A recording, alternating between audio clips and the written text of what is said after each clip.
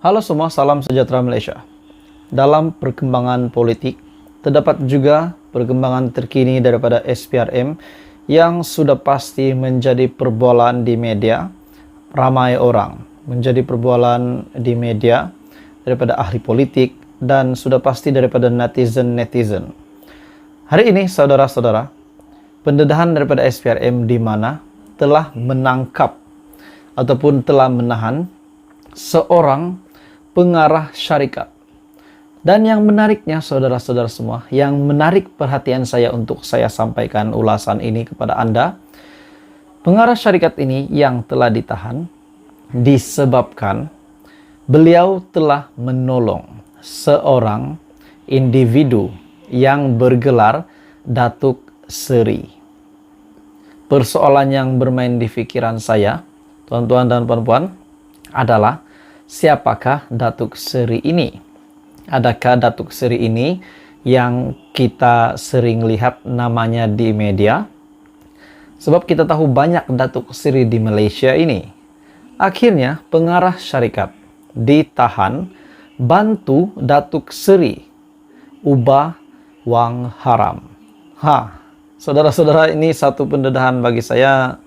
Ini pasti mengejutkan Datuk Seri Anwar Ibrahim, mengejutkan Perdana Menteri Malaysia yang memang membenci rasuah.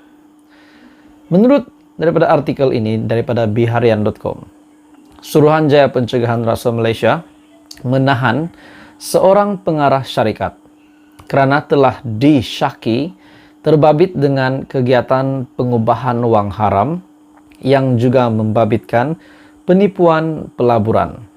Difahamkan lelaki itu melakukan kegiatan berkenaan setelah mendapat ganjaran mewah daripada seorang lelaki ataupun individu bergelar Datuk Seri. Dan yang menariknya, tuan-tuan dan puan-puan semua, perkara ini berlaku sejak tahun 2016 sehinggalah tahun 2017.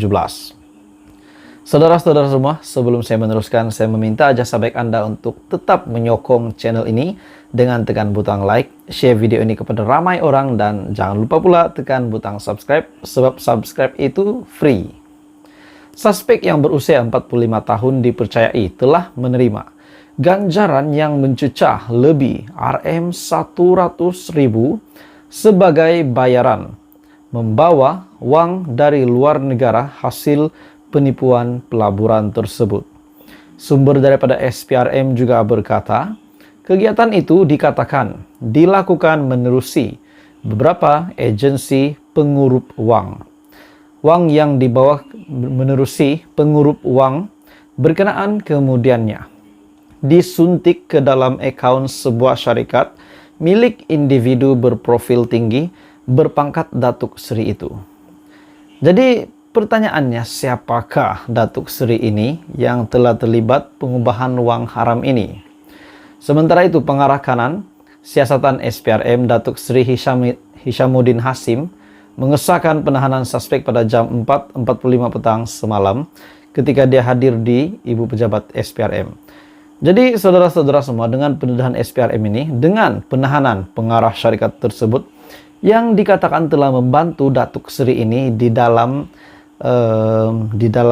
aktiviti haram ini, yang bagi saya memang aktiviti haram, yaitu pengubahan wang haram.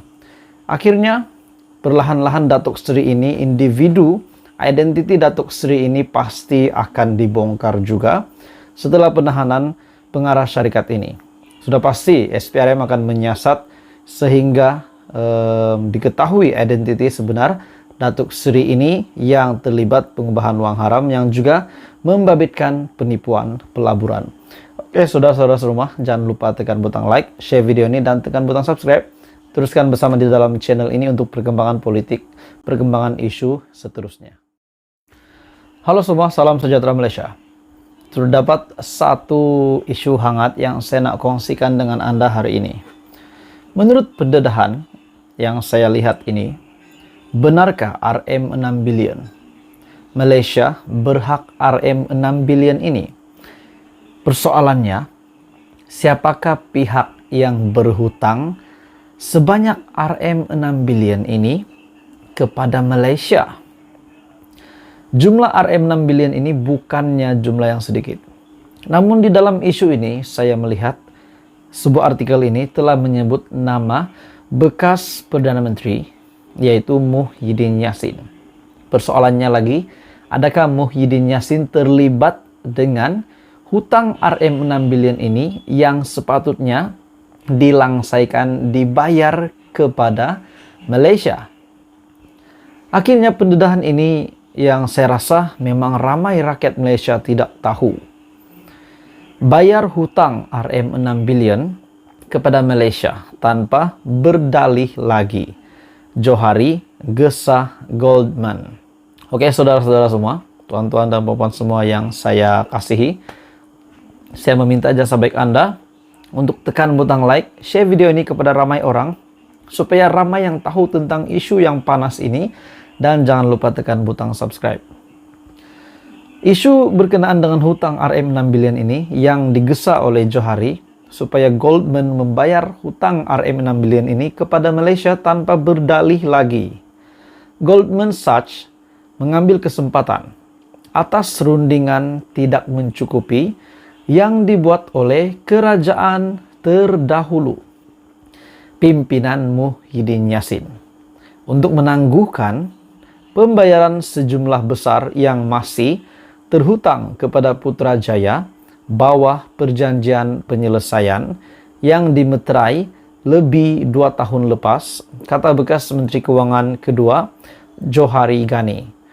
Maksudnya, adakah Muhyiddin Yassin sebagai Perdana Menteri yang lama ataupun bekas Perdana Menteri di bawah pimpinan pada ketika itu terlibat dengan penangguhan pembayaran RM6 billion ini kepada Putrajaya? Goldman Sachs mengambil kesempatan atas rundingan yang tidak mencukupi yang dibuat oleh kerajaan pimpinan Muhyiddin Yassin yang dulu untuk menangguhkan pembayaran sejumlah besar hutang ini. Goldman harus membayar balik secara tunai baki USD 1,4 billion bersamaan dengan ringgit Malaysia 6 billion, kerugian 1MDB dengan segera tanpa berdalih lagi, kata Johari kepada Thomson Reuters. Menurut laporan tersebut, perjanjian antara Bank Pelaburan Amerika Syarikat itu dan juga kerajaan Muhyiddin menjangkakan Malaysia akan menerima jumlah itu dalam bentuk aset 1MDB menjelang 2025 sebagai sebahagian daripada penyelesaian USD 3,9 billion bersamaan dengan RM 16,77 billion yang dicapai berhubung kerugian yang ditanggung oleh 1MDB. Itu adalah perjanjian yang tidak bagus bagi Malaysia, kata seorang pegawai undang-undang kerajaan yang tidak dinamakan kepada Reuters. Kerajaan sepatutnya menuntut uang tunai dalam bank, bukannya aset. Mereka telah pun kehilangan inisiatif. Jadi apakah komen daripada Perdana Menteri? 2 minggu lepas, Perdana Menteri Anwar Ibrahim menuntut Goldman menghormati penyelesaiannya dengan kerajaan atas peranannya dalam skandal 1MDB. Katanya bank itu tidak seharusnya menggunakan kekuatan keuangannya untuk menentukan syarat-syarat. Dalam temu bual bersama Haslinda Amin daripada Bloomberg Television, Anwar sebagai Perdana Menteri Malaysia yang ke-10 telah menggesa agar Goldman menyelesaikan pertikaian berhubung perjanjian penyelesaian yang dimeterai pada Julai 2020 dengan Malaysia, FMT. Bayar hutang RM 6 billion kepada Malaysia tanpa berdalih lagi, Johari akhirnya menggesa Goldman. Saudara-saudara semua, ini satu isu yang panas. Apa komen Anda? Teruskan bersama di dalam channel ini. Jangan lupa tekan butang like, share, dan subscribe.